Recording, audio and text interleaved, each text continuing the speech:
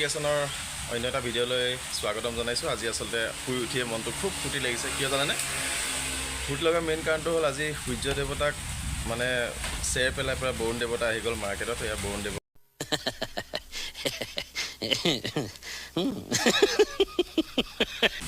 আৰু মেইন কথাটো হ'ল এই বৰষুণ দিলে বেপাৰ অকণমান যদিও বেয়া হয়, কিন্তু কষ্টটো অকণমান কম হয়। কিয়নো দিনটো গৰমত কাম কৰি থাকিবলৈ বিৰাট কষ্ট হয়।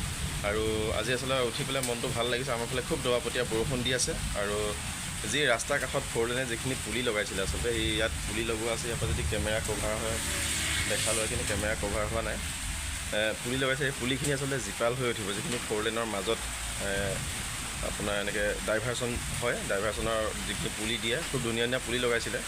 আৰু পুলিখিনিত কি কৰিছে, আমাৰ দেউতা মোৰ বাবাই আমাৰ ঘৰৰ পৰা এটা পুল আছে, আমাৰ ঘৰৰ ওচৰত এটা পুল আছে। সেই পুলটোৰ পৰা অলপ দূৰ আঁতৰলৈকে যিখিনি পুলি যিমানখিনি দেউতাই কভাৰ কৰিব পাৰে, সেই পুলিখিনিত ৰাতিপুৱা পানী দিয়ে সদায়। এইকেইদিন গৰমত পুলিখিনি মৰি যাব বুলি এই পুলিখিনিত পানী দিছিলে আৰু পানী দি তাত গোবৰ দি আছিলে।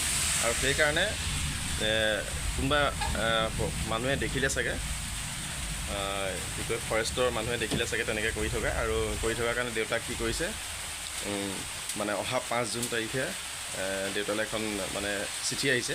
অহা 5 জুন তাৰিখে এনেকৈ পুলিখিনি সংৰক্ষণ কৰি থকাৰ কাৰণে দেউতাক এটা বিশেষ সম্বৰ্ধনা দিয়া হ'ব। আৰু আচলতে ভাল লাগিছে পুলিখিনি। মই অকণমান পৰিৱেশটো আপোনালোকক দেখিম। এইয়া পুলি যিখিনি দেখিছে আপোনালোকে, এইফালে একদম এইফালে এটা পুল আছে, এইকণত এটা পুল আছে। সেই পুলটোৰ পৰা যিমান দূৰ কভাৰ হয় এনেকৈ তালৈকে খুব ধুনীয়াকৈ পানী দি আছিলে। আৰু পানী দিয়াৰ কাৰণে এই সম্বৰ্ধনাটো সম্ভৱ হৈছে। খুব আচলতে পুলিবিলাক এইকণৰ পৰা এইকণলৈ জীপাল হৈ উঠিব। যদিও 2-3জন মানুহে মানে এইফালে কিবা বেপাৰ কৰা মানুহে পুলি এনেকৈ উঠাই নিবলৈ চেষ্টা কৰে, মানে মাজৰ পৰা ভাল ভাল পুলি দিয়ে, বকুল পুলি দিছিলে, ভাল ভাল পুলি দিয়াৰ কাৰণে উঠাই নিবলৈ চেষ্টা কৰে। কিন্তু আমি ধৰি পেলাই তেওঁলোকৰ হাতৰ পৰা আকৌ পুলিটো লৈ পেলাই পুনৰ সংস্থাপন কৰি দিওঁ। আচলতে ঘৰখনৰ আগত যদি এনেকৈ পুলি হৈ যায় তেন্তে আমাৰে নিজৰ ভাল লাগিব। সেইকাৰণে ধুনীয়াকৈ ইয়াত পানী দি থকা হৈছে, বাবাই পানী দি আছে ধুনীয়াকৈ। এটা সুন্দৰ পৰিৱেশ হ'ব যেতিয়া ফুলখিনি ফুলি উঠিব ধুনীয়াকৈ, আৰু এটা সুন্দৰ পৰিৱেশ হ'ব।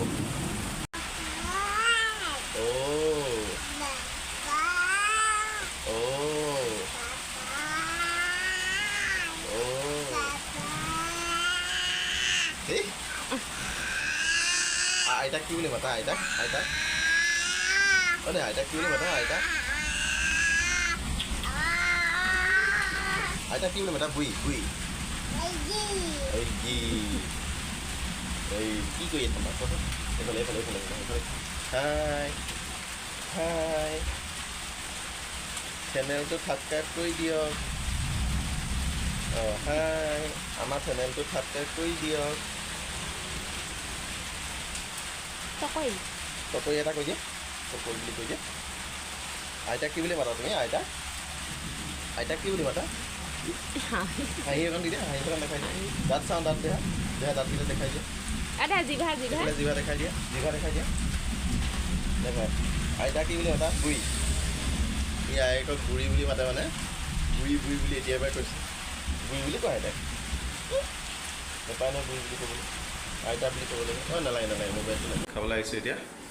আজি নতুন এটা আইটেম বনাইছে, এইটো হ'ল কিবা ভাপা ডিম বুলি কৈছে। আৰু ডিমটো সৰিয়হৰ লগত এনেকৈ সিজাইছে। সৰিয়হটো এনেকৈ মিক্সিত মাৰি পেলাই এনেকৈ হেৰিছে। আৰু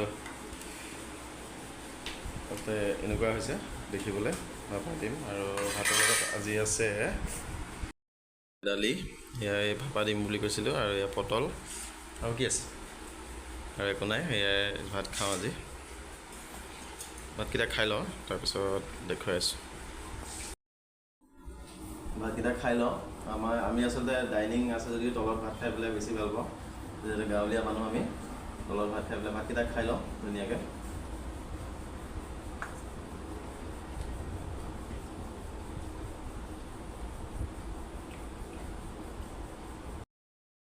ভাত খাই ল'লোঁ, আৰু ভাত খাই পেলাই তামোল এখন মাৰি লওঁ ধুনীয়াকৈ। তামোল এখন খাই লৈ তাৰপৰা দোকানলৈ আকৌ যাম।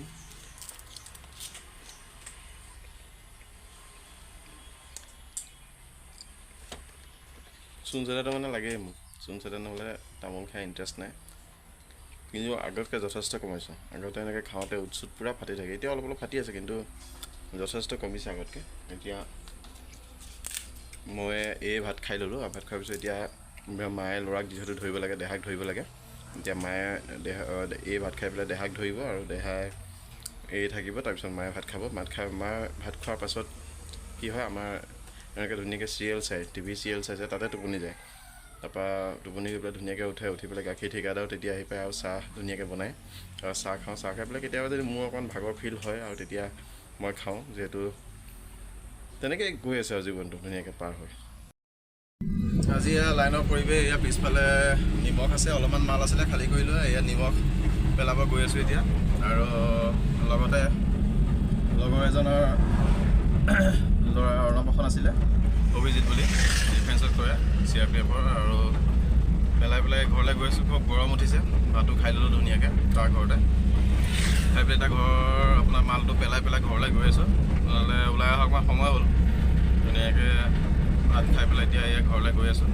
আছিলে জয়মতীৰ শ্বুটিং ভোলাগুৰি চাহ বাগিচা, আৰু এইখনে হৈছে ভোলাগুৰি পাৰ্ক। দেখিব পাইছে আপোনালোকে, এইখন হৈছে ভোলাগুৰি পাৰ্ক। এয়া জ্যোতিপ্ৰসাদৰ এজন ধুনীয়া মূৰ্তি এটা সজাই থৈছে, ধুনীয়া এই মূৰ্তিটো দেখিছে, ধুনীয়াকৈ সজাই থৈছে। আৰু এইফালে ভোলাগুৰি বাগান যে আছিলে, সেইখন আঁতৰত যিখন আছে সেইখন বাগান ভোলাগুৰি বাগান। আৰু ভোলাগুৰিৰ পৰা আচলতে আমাৰ ঘৰলৈ বেছি দূৰ নহয়, ভোলাগুৰিৰ পৰা 4 কিলোমিটাৰ 3.5 কিলোমিটাৰ আমাৰ ঘৰৰ পৰাই। ঐতিহ্যমণ্ডিত এটা ঠাই, জয়মতীৰ যি অসমীয়া বোলছবি ইয়াতে শ্বুটিং হৈছিলে। আৰু এদিন যদি সুবিধা হয় দেখুৱাম আপোনালোকক ধুনীয়াকৈ, যে জয়মতী ক'ত শ্বুটিং কৰিছিলে, আৰু সেই কলঘৰখন এতিয়াও আছে, ধুনীয়াকৈ আপোনালোকক দেখুৱাম।